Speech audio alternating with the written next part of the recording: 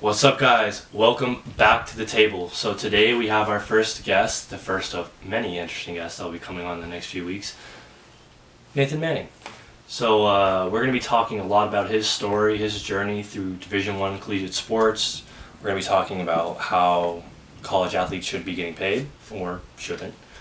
We're going to be talking about balancing academics, sports, being a tri-sport athlete in high school, yeah? Yep.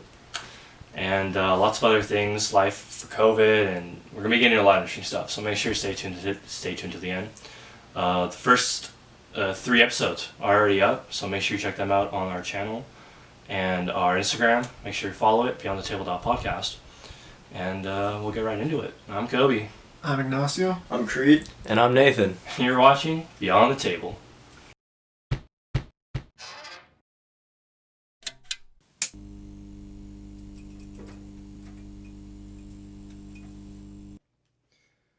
All right, so let's get into this. You can just kind of start by telling us who you are, why you're here, because you have to be someone to be on the show, and how did you get there? Okay. Well, hi guys. I'm Nathan Manning. I grew up with these guys, middle school, high school, all that. Yeah. So, yeah. MV. I'm excited to be on the show, but a little introduction about myself. I grew up in Mission Viejo, California. Went to Capistrano Valley High School, graduated in 2019 with these guys, and now I am a sophomore at Berkeley, and I play baseball. Nice. So we all know Nathan, right? We Yeah. are personal friends with him. But I think a lot of people that went to Capo or go to Capo have probably heard his name. You know, quarterback, great player of every goddamn sport he plays. But I would also say he's maybe to the point of a local celebrity. I think a lot of people see him in the paper, see him, following the Capo games. I'm just saying, like, people know this stuff, and it's okay to address it. His name's out there. His name's out there for sure in this area. So I know a lot of you guys probably play sports, whether it's baseball, volleyball, soccer, whatever the hell you like. So I guess tell us a little bit about like how that recruiting journey started. I know a lot of you guys are probably in high school or starting high school, so probably from that point forward, how do you get to be a Division I athlete? So I would say I didn't take the traditional route. I think nowadays a lot of kids, their parents force them to like commit to one sport, especially like at like 6th, 7th grade. Yeah, like you barely meet anyone anymore in high school, especially that does more than one sport. Because my grandma, it begins to get narrowed down because it gets more serious. My parents were telling me like in their high school days, like the jocks were the guys that were tri-sport athletes: baseball, basketball, football. Yeah. So it's definitely changed. Yeah, so I'd say it was a pretty old school type of route for me. But yeah, that's one of the reasons why I chose to go to Capo, is just because every coach was so lenient and accepting to play other sports. But I played 3 sports up until junior year, and eventually just conflict too much, and then recruiting. At some point, it gets too much to play 3 sports, but I would say I played 3 sports going up to that, and a lot of people are against that, especially around here in OC, which is very competitive. Being a tri-sport athlete. And so I would say, like, I didn't get the attention. I may have got the attention from, like, my high school and, the local teams, but I didn't get any attention really till end of my junior year of high school. Really? I would not have suspected that. Yeah, not many people know that, but, like, I didn't get my first offer till end of junior year of high school, and like, I only got a few offers. Yeah. And I think that's not a bad thing. I think the route that I took opened plenty of doors. Like, I got to meet other people, other sports, and other schools. Yeah, other schools, exactly. And I think each sport benefits each. Like, baseball for me, like, football benefits baseball. Football, being a quarterback, you have a lot of pressure. Yeah. Like, all eyes are on you, and that translates to being up at the plate. All eyes are on you. You're the only one with the ball. All eyes on me. Yeah, you're the only one like about to make that play. Yeah. Did you get offers for different sports toward the end? Because I know you played football and baseball. I didn't get any for football. Really? Yeah, but and I think towards the end of my junior year, it was kind of like with me and my parents, we were like, all right, it's time to like pursue one because football, you got to go to a bunch of camps, fly across the country, do all that to get really seen. And I don't know, look at me, I'm not that big of a person. I'm 6 foot on a good day. Yeah. And especially being a quarterback, that's not, that's not what they're looking for. So you kind of got to be all in. And when you're playing other sports, it's not easy to be all in. Yeah, definitely. But yeah, I mean, I have no regrets. Yeah, It got me to where I wanted to be. Like, definitely. Hey, you had a lot of fun, right? Yeah, I had a lot of fun. Made a lot of memories, man. Ton of memories. Tons. So dude. Yeah. Won a lot of rings. That too, yeah. Yeah. Those are fun. Yeah. That's awesome. So I guess if you were to give just a few pieces of advice to people out there that want to play Division I sports, or you can talk about specifically baseball, but sports in general, I fear that there is a strategy that's not necessarily hidden, but needs to be more addressed of how to get recruited. Because in volleyball, if you're over 6'5", you really do have a chance at playing Division I. Because you can't teach height, right? Yeah. But with a sport like baseball or football, right? Yeah. That's all kind of skill, and size plays a role in it. Yeah, it does. But, it's more of a technical sport, right? Yeah. So what would you give advice to people that want to pursue these technical sports in college and stuff like that? I would say, obviously, work hard, never give up on it. But I would say be persistent and never be shy to call a coach. And like at a young age, when you're in high school, that's not the most comfortable thing to do. Like questioning authority? No, just call a coach. Be like, hey, I'm so-and-so. I'm... like call him on the phone. Yeah, you can call him. I thought you meant like call out a high school coach. No. I'm like, okay. No, I was like, that could get you recruited, I guess. Yeah, but yeah, just... And I think that shows maturity. If you're reaching out to them and you're presenting yourself in that uncomfortable nature, I would say that shows maturity and it shows initiative. Like it shows you want it. Yeah, you want it. You're calling that coach out. Like I want to be at your school. Yeah. You're not playing for fun. You're playing to exactly somewhere. Yeah. And for me, me and my dad would sit up late at night, like writing emails to every possible school to come watch you play. Not to watch me play. Yeah, to watch me play, but like just check me out. Like watch my film, watch my highlights. Yeah. Like call my coaches, see what they have to say to my high school coaches, see what they have to say about me. Definitely. But I would say if you just I would constantly send emails like every other week, and I barely got any email replies for about a year. I think that's a really big thing too that I kind of faced was you can't expect the coaches in colleges to come to you unless you really are like the star, like the best in the country. Yeah, they're not going to come to you. Yeah. So if you're sitting there on your ass and you're a great baseball player or a great football player and you think, oh, I'm going to go D1 one day, and you're a junior and you haven't heard anything, no, man, you need to reach out there and take initiative. Especially with sports like baseball and football and stuff like that are so impacted and competitive, you gotta especially here. Especially here, yeah. So let's talk about that too. I mean, how's the competition here? I know that SoCal is one of the top places for baseball. I know volleyball too is SoCal's a very competitive place where a lot of great international stars come out of SoCal. So was there just a lot of competition, or did you feel like, nah, I'll get an offer? Or did you ever doubt you weren't going to get an offer? Is what I'm basically asking. I never doubted it. I always believed in myself, but I would doubt, like, damn, am I going to get the offer that I want? Yeah. Like, I always thought I would get one, but I wasn't sure, like I always wanted this one. Yeah. But I was like, and I literally didn't get that offer until summer going into my senior year. Yeah. Wow. Like, I got that offer very last minute. I was about to commit to another school. Yeah. And then they came in and I was like, this is my dream school. I've always wanted to go here. That's awesome. Dope. And that's so sick. I'm happy about it. But around here, there's 5 high schools in Mission Viejo, and all of them are very high quality. They're all Division I. Yeah. And that's not to mention all the private schools around here. Yeah, dude. SM, Modern Day. Yeah. And those are the cream of the crop. Like, they get kids from not only around here, around the country. Dude. Yeah. So you have not only are you competing within kids in this area, but you're competing against kids that come from all over the country. And I think that's pretty rare for a high school athlete to compete against. But that also gives you a big advantage when you're getting recruited. Like, I'm competing against the best high school athletes in the country, and I'm performing. And if you're performing, like, say, just look at my stats, look at my film. I'm doing this against this guy who's committed to USC. This guy's committed to Stanford. Compare a little bit. Yeah, these are the rival guys that I'm going to be playing, and I'm doing this, batting this against. Yeah. Like, I'll take for example my junior year baseball at Capo. Our league had, I think it was at least like 6 Pac-12 commit pitchers.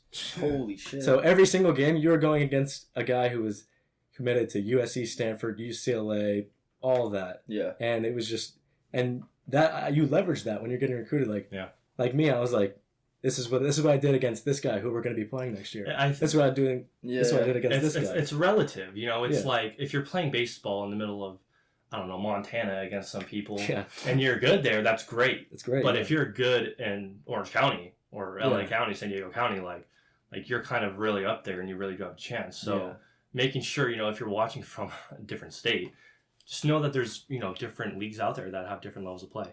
So we're going to take a break right now, our Instagram break. So right now you're probably watching on Instagram. If not, make sure you stay for the rest of the episode. If you are watching on Instagram, the link is above in the bio. Check out to listen to the rest of the recruiting story and the rest of the questions I posed earlier. And we'll be back.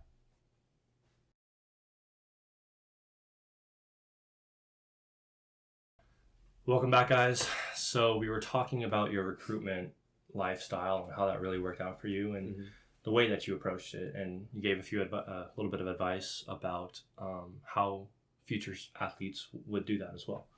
I know you had a question you wanted to get him. Yeah, I was just curious. You said obviously you go to Cal for baseball. I was curious if you had gotten let's just hypothetically say if you were able to play football for Cal, and if you had the opportunity like you do to play baseball for Cal, which one would you choose? Baseball. You'd stick with baseball? Yeah. I love my team. I love my coaches, and I think it's a really good fit right now. Yeah.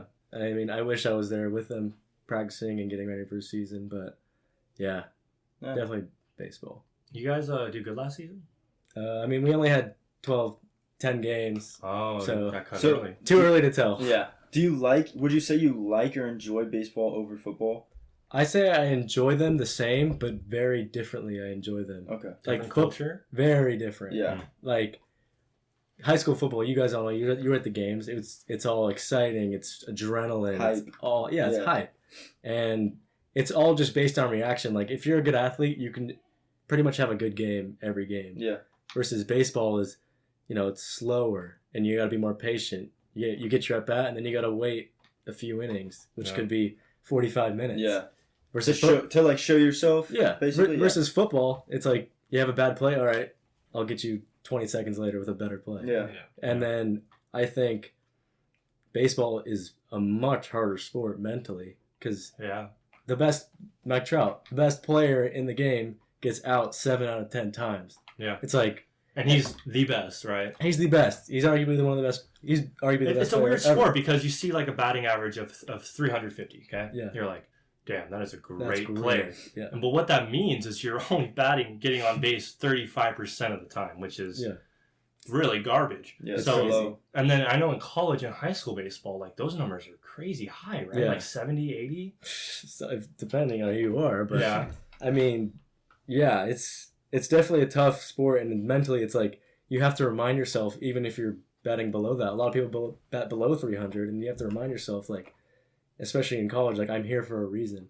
I made it on this team, Yeah, like, I'm here for a reason. I'm a good player, but even though you might not be right at that time, you have to remind yourself, and it's just very mental versus football is kind of reaction. It's aggression. Like physicality. Exactly. Yeah. I mean, quarterback might be an exception for that. You got to think strategically. But baseball, it's so mental, and you got to think like, all right, what pitch is coming, and you only have milliseconds to decide. That's gnarly. So I mean, I think people take for granted how like easy baseball. A lot of people find baseball boring. I mean, my girlfriend, my family, like I know I surround myself with a lot of people that like baseball, and I love watching it. And it's just I don't get how. I mean, never mind. I get how people don't like it, but like if you lock in and you really understand the game, like there's a game within so the game. much going on that you don't know unless you're really paying attention. Yeah, exactly. So speaking of being mental and strategic, let's talk about how you balance the tough academics at Berkeley and a Division I sport. Yeah, I mean, it's not easy, but I would say it's definitely easier now online. But but you're not playing. But yeah, we're not playing. There's no practice, so that's why it's easier. Yeah. But I'd just take you back to last year when everything was normal and you're practicing and doing all the studying. So you want me to take like a normal day? Sure. Yeah. Okay. Walk us through a day in the life as Nathan Manning. I'll pick Tuesday. Okay. So Tuesday would be wake up at 5, and then walk up. We have a big hill on campus, and it's usually cold, so like 40-degree weather. Yeah. The Bay Area gets windy, so walk up there, do conditioning from about 5:40 to 7:30, and then they'll feed you breakfast in like the recovery center, whatever you want to call it. What do they usually feed you guys? Breakfast burritos. Okay. Yeah. Protein. They Yeah, gotta keep 'em protein. hearty, bro. Yeah. Chocolate milk. Yeah. All that It's stuff. Tuesday, Taco Tuesday. Exactly. I But don't know about that one. Yeah, shit your brains out on that. maybe not good to eat after a workout. Yeah. But along those lines, yes. And then you go straight from there, and I would have like an 8 a.m. class till 9, and then I'd have 9:30 to 11, and then 11 to 12:30. And then I'd go back to my dorm, and then I'd eat my lunch, take like a 30-minute nap, and then go to practice from about 2:30, 3 o'clock to like 5:30, 6 o'clock, and then study after that. So, I mean, for me personally, like, I like having a structure, and I like being able to like have that schedule that I can just and then just repeat it week after week after week and get in that groove. But I feel like when I have a lot of time, like that's why quarantine's been so hard. It's like I have a lot of time on my hands, so I can like it's easy to procrastinate. Yeah. But like when I don't have a lot of time on my hands, I'm like, all right, I gotta do this. You gotta be productive, and you get it done. Yeah. But yeah, I would say balancing the competitive sport and top academics is definitely tough, but I'd say that's a big reason why I chose to go there. Yeah. And I think it pays off in the end. What's your major? Political science. Poli-sci. Yeah, so pretty intense at Berkeley. Yeah. Right now, for sure. Yeah, especially now. But yeah, I'll declare at the end of the year this year. Yeah. But yeah, I would just say developing a schedule is huge into being successful. I mean, if you're kind of just all over the place, you're not gonna be able to be successful and get what you want out of. You're not gonna be as productive as you would. Exactly. Yeah. And I think, like, if you're showing up to class, you know, athletes get like maybe a little bad rap. Yeah. Of being a student at those type of schools, like you're only here because you can hit a ball far or throw a ball hard. Yeah. So I'd say I take it as kind of like a challenge, like to prove the professors wrong. Like I'm not here because I can only hit a ball hard. Like I'm here because I want to learn and I want to get better. Yeah. And I think it's almost like a chip on your shoulder. Like like these people, I mean I couldn't have got in without sports, but I'd say once you're in, you can show that you belong with these people and you can work as hard as these people to eventually be successful, like most people are. Yeah, and coming from school. When you do that as a scholar athlete as well, it's even more impressive in my opinion. Yeah. Have you had any like bad experiences with professors like getting you a stigma like instantly off the bat or no? Like stereotyping type of thing? Me personally, no, but I was really scared going into it. I was like, Thinking that? yeah, I was like going into my freshman year. I was like, dang, like these professors are gonna hate me. Yeah. So I would like personally, there's like athlete backpacks they give you. I didn't wear that to class the whole year because I was like, I don't want anyone to know I'm an athlete. And sometimes you'd have no choice. You come straight from practice and then I'll see your gear. But I would kind of go out of my way to not mention I was an athlete. Really? But so eventually they'll know because you'll miss class because of a game. And that's when you kind of show them like, oh, I'm dealing with all this outside of your class and I'm still getting your work Yeah, you're done. balancing Yeah. it. Yeah. So for going back a little bit, for people in high school, I think there's this misconception that, so when I was trying to get into the recruiting process, the number one thing I kept hearing is your grades are important. Mm-hmm. Like you got to be good at your sport, but if you do not have solid grades, you're not getting recruited to somewhere that you would really want to go. Mm-hmm. So what would you say to someone that maybe has that mentality or doesn't know yet of how important grades actually are in getting recruited, and once you get recruited, staying at that college? Yeah. I would say getting bad grades in high school can only hurt you. Yeah. Like, true. It's not hard to do your homework in high school. All you have to do in high school really is show up, do your homework, and study for tests. It's really not that hard. Yeah. And I would say, yeah, just do what you're supposed to do.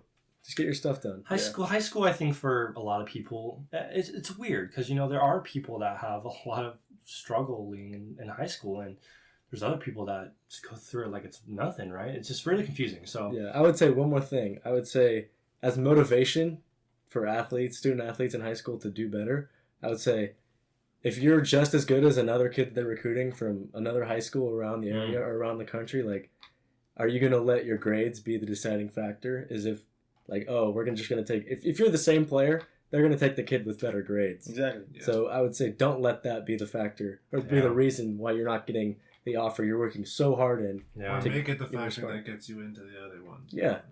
It'll open doors for you. Yeah. I'll just leave it. What about at Berkeley? Is there a minimum requirement to stay on the team or to keep your kind of Academically? status? Yeah. Yeah, there's a minimum. I don't know how low it goes, but I mean, You don't If you're in want the good zone, It's you just- don't have to worry about you don't it. want Yeah. to dip your feet in those waters. I don't want to get anywhere near there. Yeah. But it's just NCAA requirement. It's Yeah. not just Berkeley, so it doesn't matter what school you're at. But I think it's along the lines of like 2-0. Yeah, I'm going to say 2-0, 2-5. That's maybe. usually what it is. Yeah.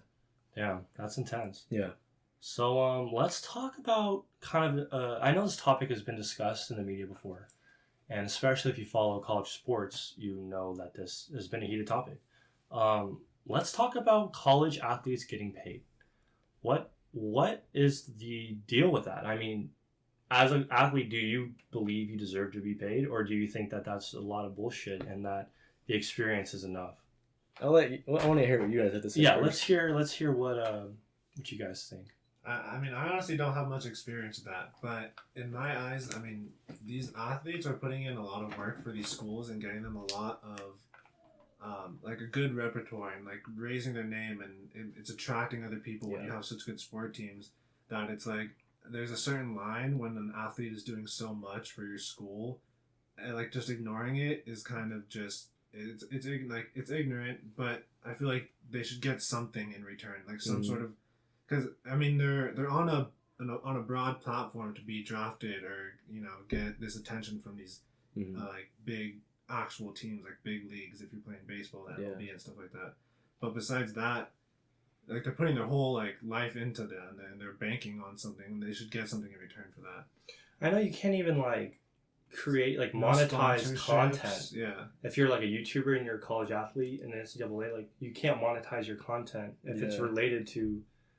Like if you create your profile based around your athleticism, I heard something like that. I mean, that's just crazy. Yeah, what do you think? I personally feel like if you ask any athlete, hey, would you want to get paid in college? They're gonna say no shit.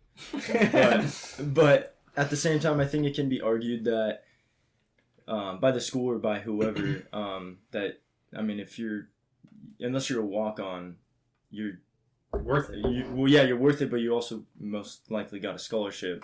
That's a huge point. So, like they can definitely argue that we took some money off your tuition for you to do this. So getting a degree, that's the biggest counter argument. I would say along that, like the counter argument to not getting paid would be like people would say, I don't know, Berkeley education. I think it's for in-state's around 30 something a year. I don't know the exact number, but like you could argue.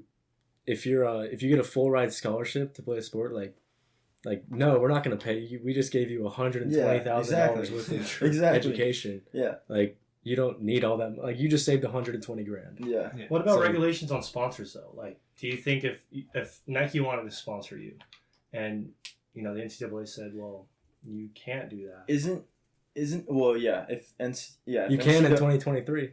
Yeah, if NCAA, if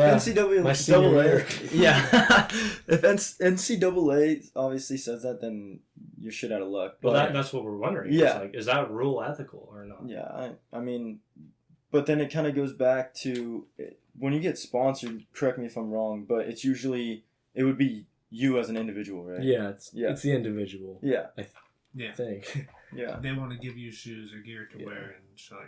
Yeah, I wish I had that problem.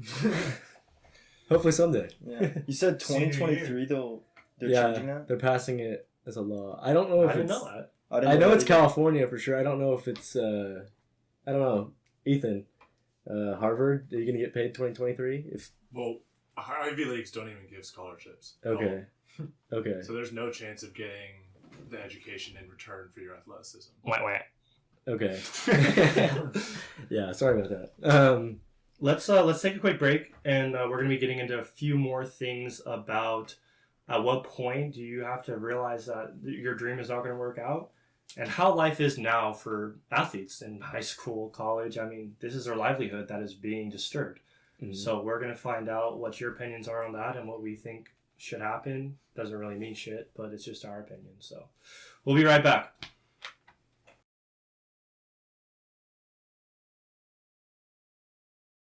All right, guys, welcome back. So just to introduce the crew. You guys are all doing well today?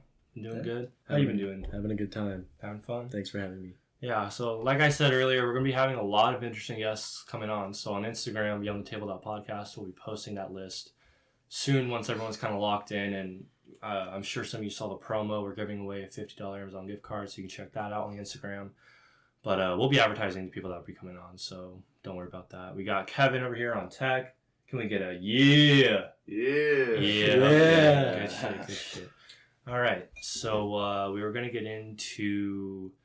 I know you had a question that you had for him. You were talking about earlier About like how quarantine has affected like the lifestyle or like the play style of everything. Sure. Yeah. Yeah. Wow. There's a lot to talk about. That's different.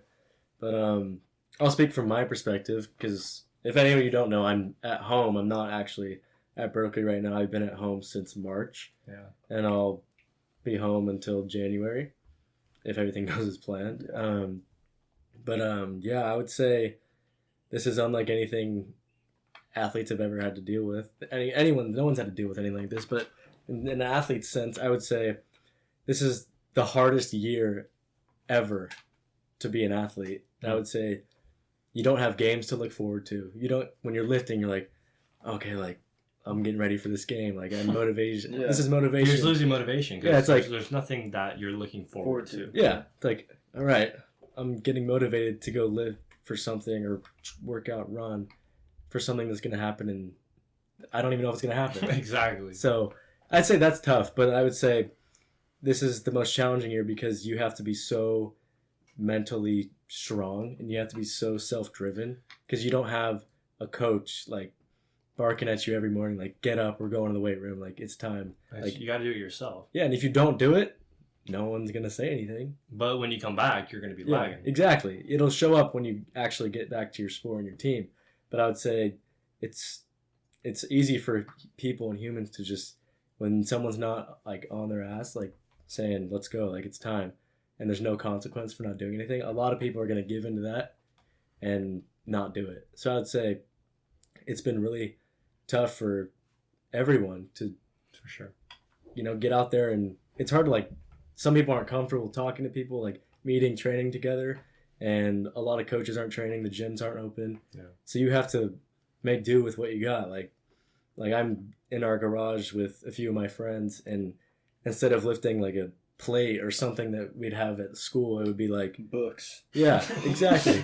Our strength coach this year was like, we literally talk about all the equipment. He's like, if you don't have this, get a milk jug. Yeah. Get this. Like, get a freaking tree branch. I don't know. Yeah. Like, make do. Your with it. workout for the day And- is to rip a tree out of the ground with your bare ass hands. Yeah, I mean, everyone has a different situation at home, and we're lucky to live in the OC bubble, as you guys would call it. Yeah, so there's a lot of resources, and a lot of us have resources within the home and a good home situation. Yeah. But I would say for athletes across the country, like most people don't have that. So I'd say for most people, it's been really tough to, get, because we all know what the top level of training is when we're at our top facilities in college. Mm-hmm. And it's like, you want to be having that type of a workout or practice, but it's like, it's much harder to get to that point when you're working with like sandbags in your garage. Yeah, it's Yeah. tough. And your garage is like super small. Yeah, it's just, you committed to go to the school, right? Mhm. And this school commits to you these $1 million resources, $1 million gyms, $1 million field, Yeah. coaches that they're paying who knows how much money to teach you, private people coming in, and you just have a lot of resources that Yeah. you're committing to and they commit to you. Mhm. And now that you're sent home, you're still paying to it. I mean, this is the whole thing with quarantine in general. I mean, that's what we all commit to going to college, right? Yeah. And we aren't getting that anymore. And that's why people are so angry with tuition, how Mhm. much it's not changed, because a Yeah. lot of people obviously wish it was lower.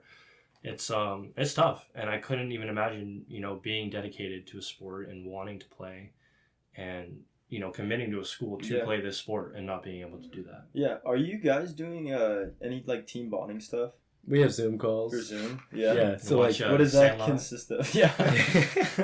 yeah. So like Mondays. So what our baseball team did was we read a book on like the mental game of baseball, and I'm not gonna get into that. There's so much to get That's into, dope, but though. yeah, it's really cool. And I think when you can't get better physically with the team, like might as well.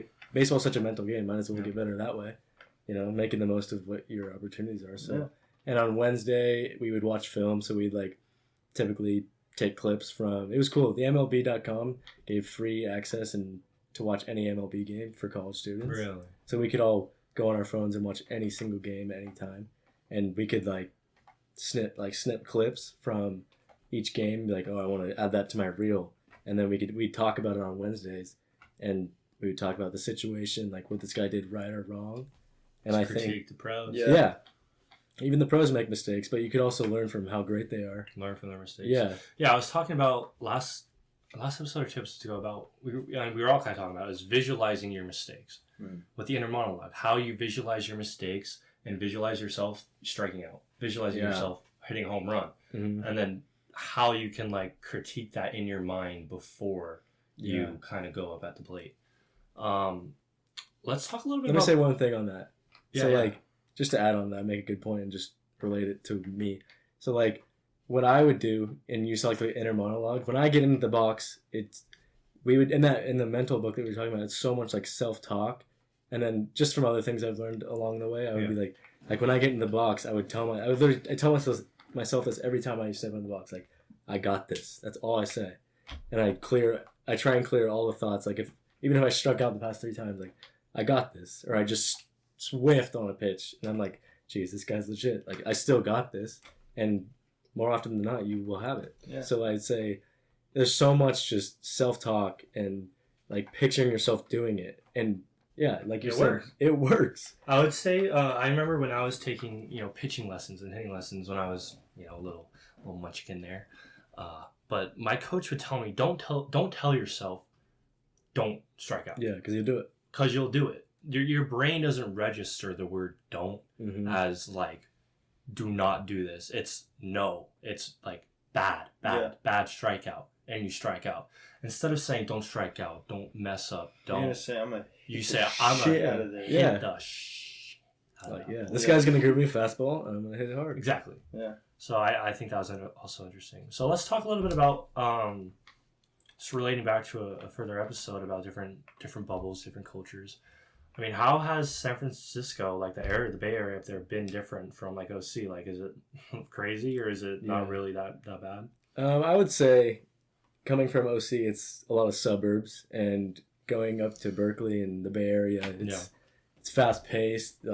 Everything is built on top of each other, and there's homeless people everywhere. So it's it's different. It's real life. I would say that. Yeah. It's not real life in OC. You guys are already talking about that. Bubble. It's a bubble. And I would say going to a school like Berkeley exposes you to so much that you may not realize about that are actually out there. Yeah. And, if you go to a small private school, you might not get that experience. No, I don't get that experience. It perfectly well. So I've seen some wild stuff up there.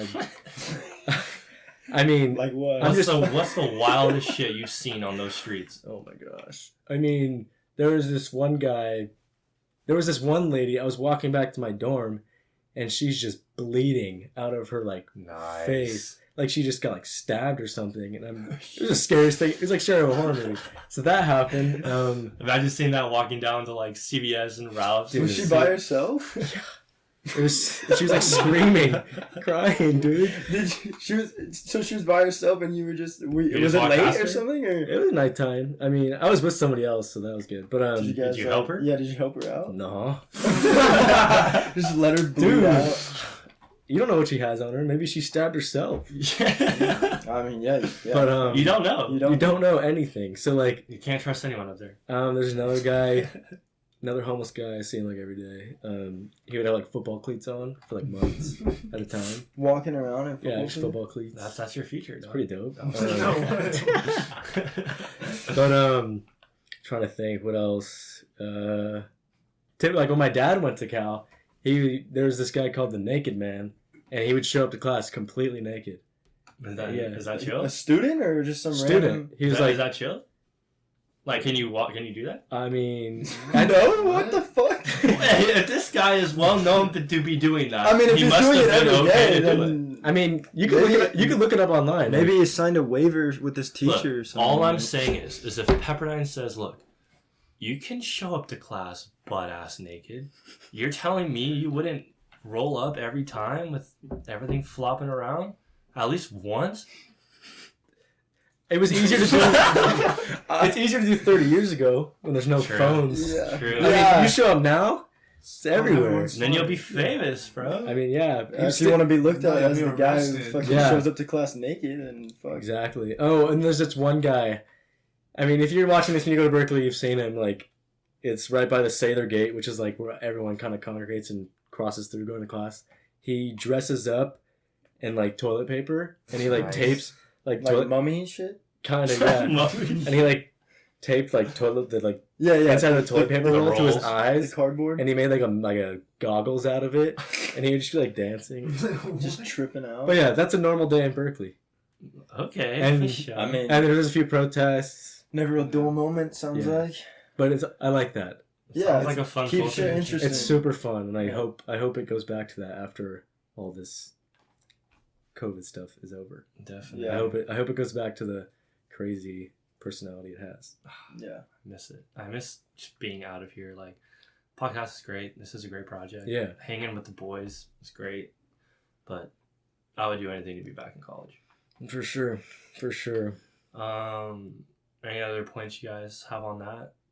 So let's move on to Sounds like a good time, that's for sure. Yeah, it's a good time. naked dudes and toilet paper dancing mummies. I like it.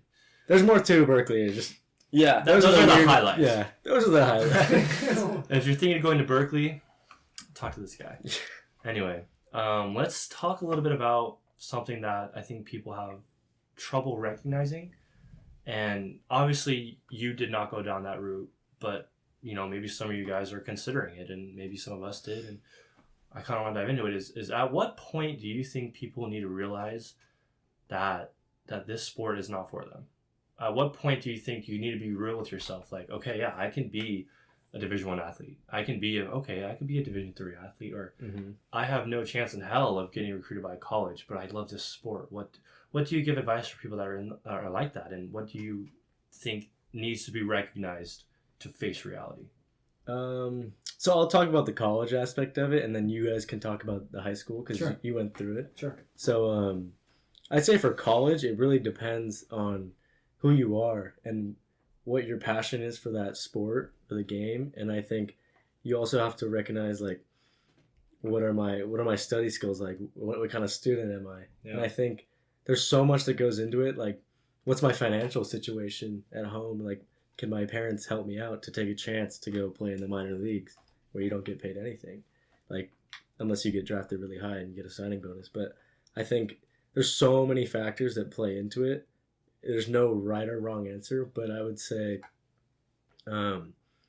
there's so much that can come out of being Exactly. on a sports team, and I think a lot of jobs like that, like, oh, you managed to do all this and balanced all your. We were talking about that earlier. You're balancing all this all your time, especially like a good school. I think they find respect out of that. They'll respect you more, and they'll. It looks good. It looks good. They find It's this dedication. It shows dedication that you can stick to something and really pull it through. Yeah, and it shows that you can deal with adversity. Like, Yeah. no athletes had a smooth ride all the No. way. True. Like, you're gonna face some. You're gonna get injured.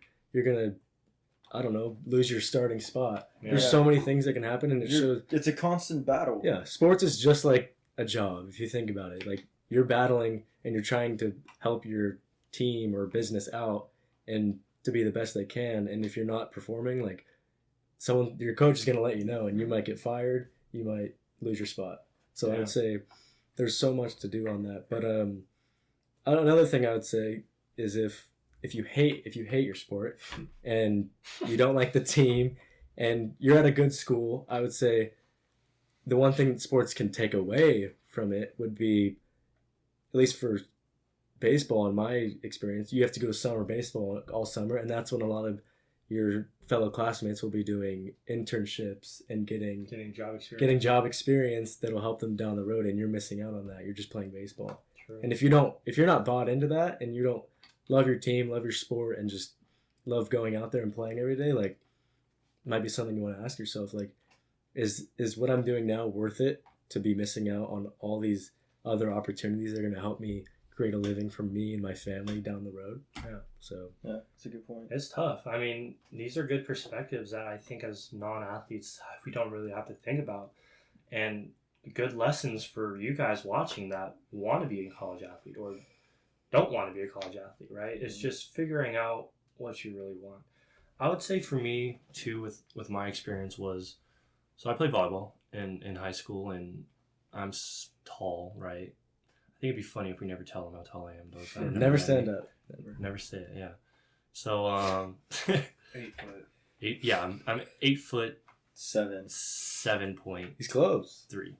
He's closer than you might think. Anyway, just being tall in volleyball, you get attention, right? And there really is, I think, a stigma in volleyball where if you're tall and you're really not that good, you can still get recruited, It's the right? potential that They see the potential. Okay, this kid is 6'8". Okay, he is terrible, but you cannot teach height, and you need height to be a good volleyball Next player. level. Not a good. You can still be a good volleyball player, sure, but to compete at a college level, you need to have that extra hand over people.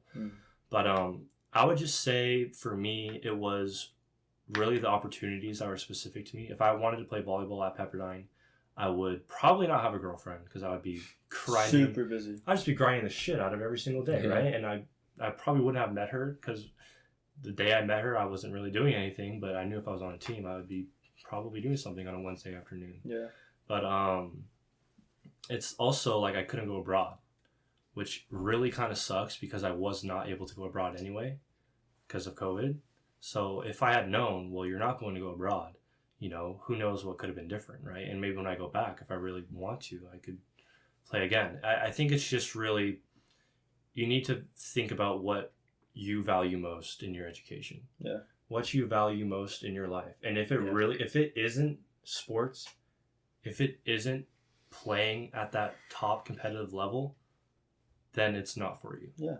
And I know that's an aggressive stance, Yeah. but that's just what I've It should be experienced. your 100% passion. Yeah, you're all Yeah. in, you know. It's all or nothing. Yeah. And you know that firsthand. Yeah, for sure. You guys got anything to say on that? I mean, what about you with high school sports? I mean, did you ever think about playing, or were you just more just being firefighter and working on that? Mainly, I've always wanted to go into the fire service. Yeah. So since I was little, but yeah, kind of just honestly focused on that. And there's not a whole lot you can do, obviously, before you graduate high school for that career and to pursue that. But yeah, I played, like I said, I've said before, I believe that I played soccer and hockey. Yeah. I played football with this guy freshman year. freshman and Kevin. football. We were all on that team. Yeah. Yeah, me too. Yeah, Eddie was there too. Iggy was the Water boy. dipping his hair in the water and Yeah. Hey, I'll Getting never solid forget fresh. when you went at QB, right? Towards the end of one Let's of the not games. talk about that. I think you threw a touchdown, didn't you? Yeah, to RJ. Yeah. Let's go, baby. San Juan Hills, baby. Shout out Yeah, RJ. in the Shout out fifth- RJ. In the 5th quarter, right? Yes, you fucking asshole. I didn't ask to even fucking play. Guff just threw me a ball, and and then I stood behind Nate.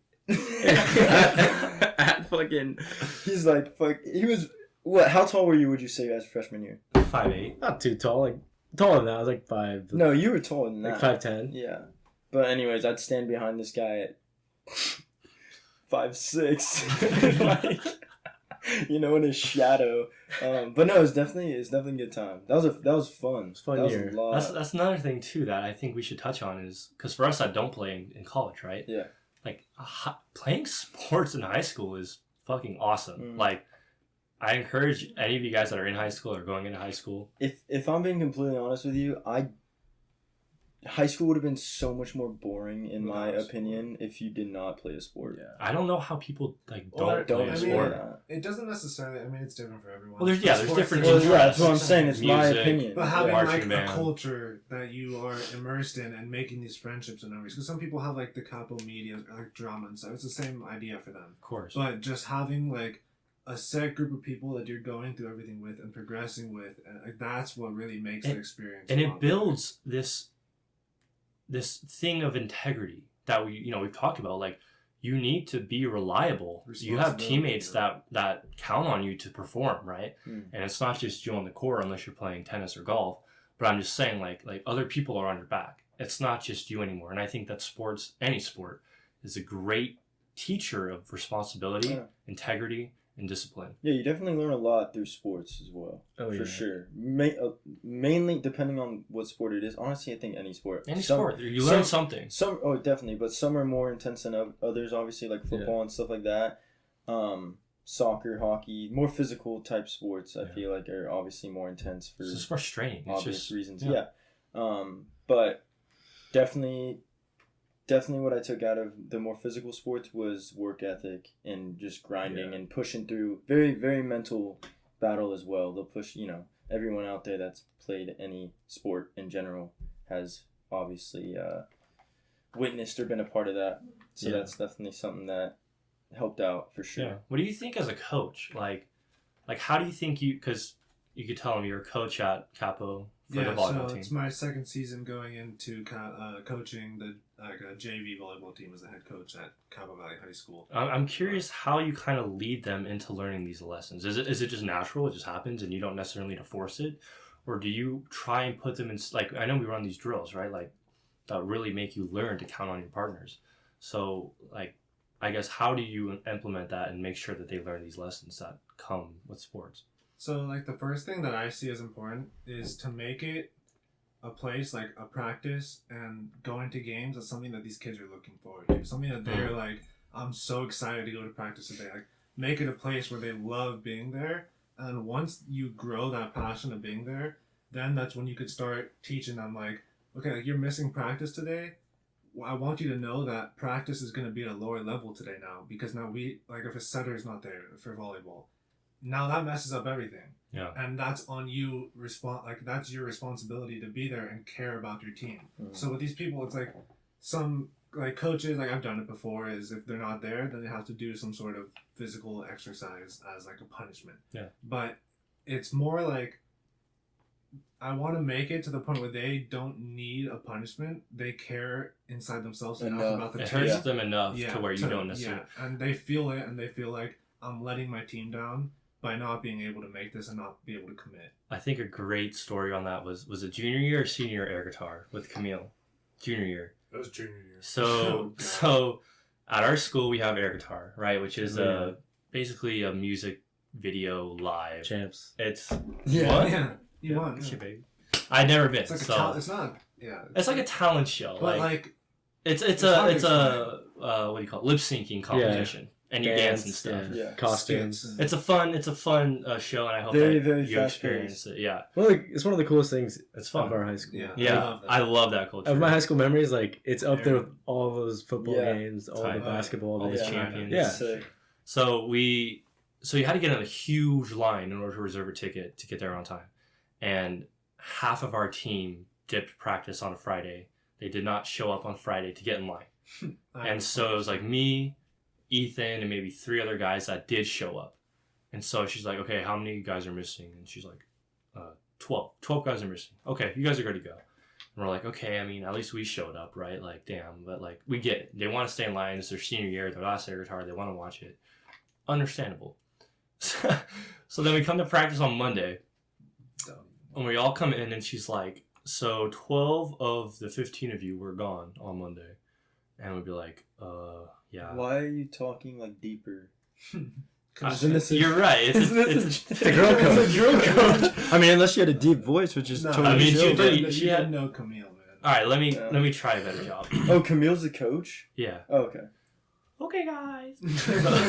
No, so she's like, we missed 12 people on Friday's practice. That's unacceptable. So me and Ethan and the other guys that did show up are like, yeah, what the hell? What's wrong with you guys? And then she's like, everyone, we're doing 12 hills, which is up and down via Escalar, riding up and down. And so we were like, ooh, that sucks. You should have gone. She's like, no, everybody. And I'm like, what the fuck? Like, You should have stayed in line then. well, it's tough because that's the thing. It teaches them accountability, people that missed. It teaches us to learn to keep them accountable. Yeah. And it teaches, I was also just confused because, like, what did I earn then by not waiting in line? Like, hell, if this was the outcome anyway, I should have not gone to practice. Yeah. It's tough, going against different coaching mindsets. But I always struggle with that. I that agree with, specific like, situation, if that was the right thing to do. I can't tell. I can kind of agree with her on that point because it's like you guys are a team. Like everything that happened to you guys is happening to you as a team. So if everyone is missing a practice, they have to understand that it's not just impacting them, it's impacting everyone as a whole. So because you weren't there, now the rest of your team is going to have to do more work because you just missed out on a whole day of practice. And I'm sorry about that day because I did wait in line. And I wasn't even a senior.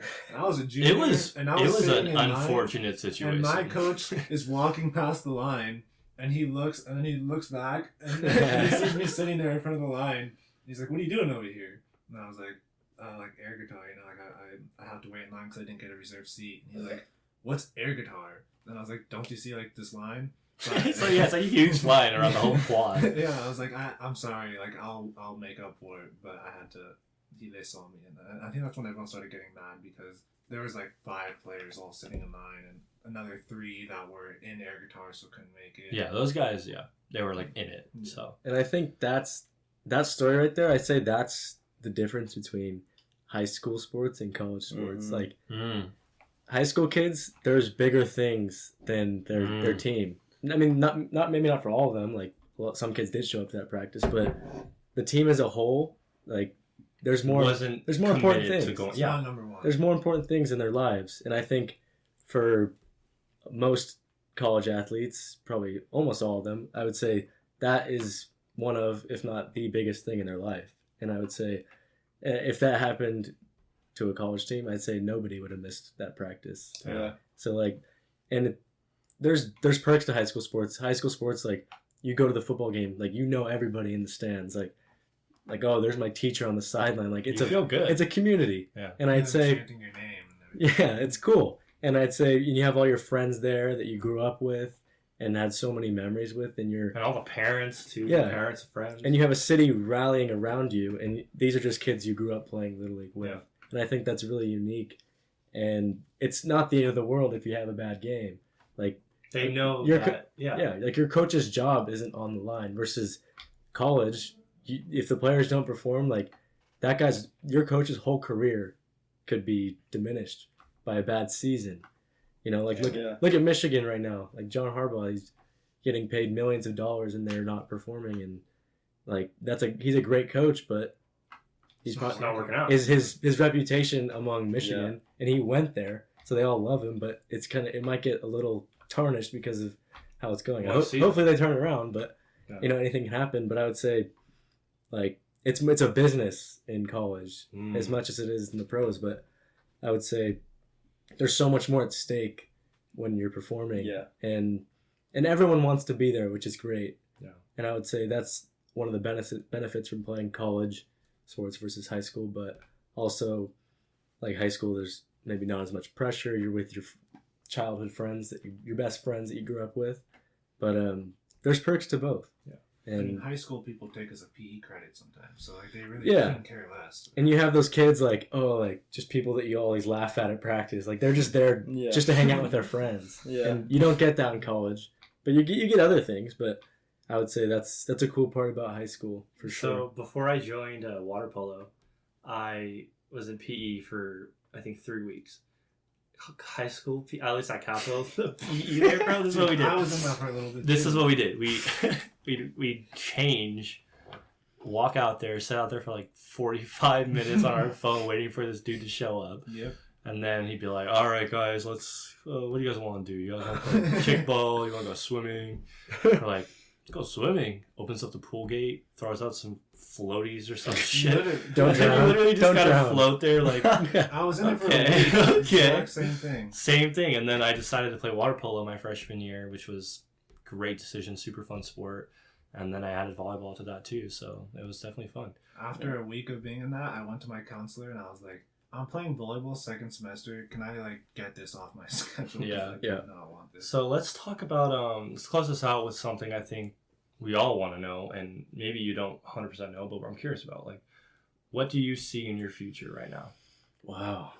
It's a great question. That's the big one. I think, especially right now, I think there's a lot of uncertainty Yeah. going around. But, Yeah.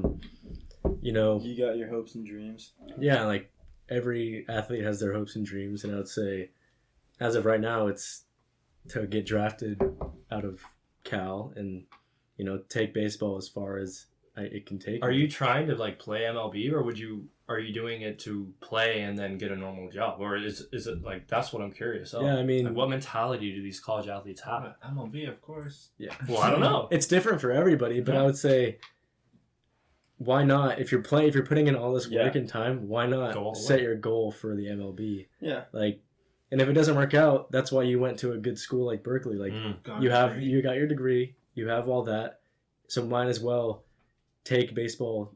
Like, who doesn't want to be playing a kids game for a living?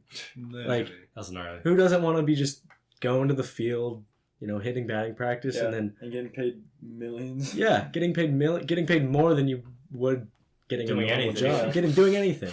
So like, I'd say, why would you not strive to get that job that you Sure. played with your friends growing up? Especially if it's like a real opportunity. Like you Yeah. have the chance. It's not. Yeah, It's not fantasy for us. Like, oh, I'm gonna be in the MLB. Right. Like no, like I want to be in the MLB. Yeah. Right. It's very possible. yeah, and I think like there's also just so many lessons you could learn along that road, because I'd say getting to the MLB is the hardest road out of the major sports here in America. Yeah.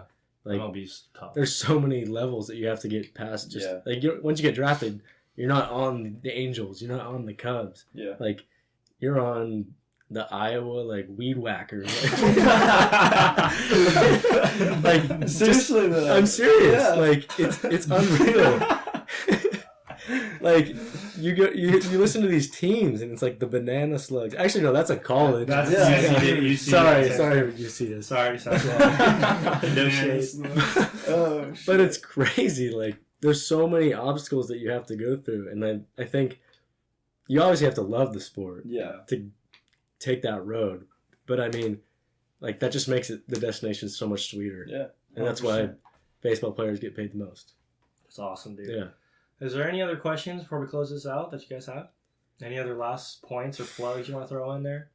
Thanks for having me. Of course, It's such a dude. blast. It's really cool to see guys that you grew up with in high school, like, doing things that you'd see, like, celebrities do. So I think... You're our celebrity. You're our guest. Man. Yeah. But yeah, it's just really cool to see people from our high school like doing big things. We have Yeah. Tyler, Owen, Savino, Sammer doing the clothing brand, and it's like what I grew up with those guys. They have their own brand now, Yeah. Yeah. That's dope. and yeah, it's just cool. And you guys have your podcast, and there's so much else. Everyone, it feels like everyone is doing something right now, and I Yeah. think it's really cool. One of the biggest benefits of quarantine, I think. That's Exactly. great And, I- episode. and it's also just something to say about our class. Just Our Yeah. class, a lot of special Our people. class is- 2019, class of 2019, Capistrano Yeah. Valley We High had School work is ethic, you know, we stacked. strive for Yeah. better. Unbelievably stacked. Yeah. Yeah. All right, so make sure you check out Nathan Manning on Instagram. Is it Nathan Manning? Nathan Manning 22. Nathan Manning Yes, sir. 22. So give him a follow. Give us a follow at Beyond the Table podcast. Our next episode will be coming out on Tuesday, and then we will have a guest on Thursday that'll be released soon, as soon as we lock that in. Mm-hmm.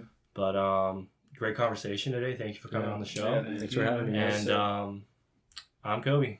I'm Ignacio. I'm Creed. And I'm Nathan. Thanks for watching Beyond the Table. See you guys.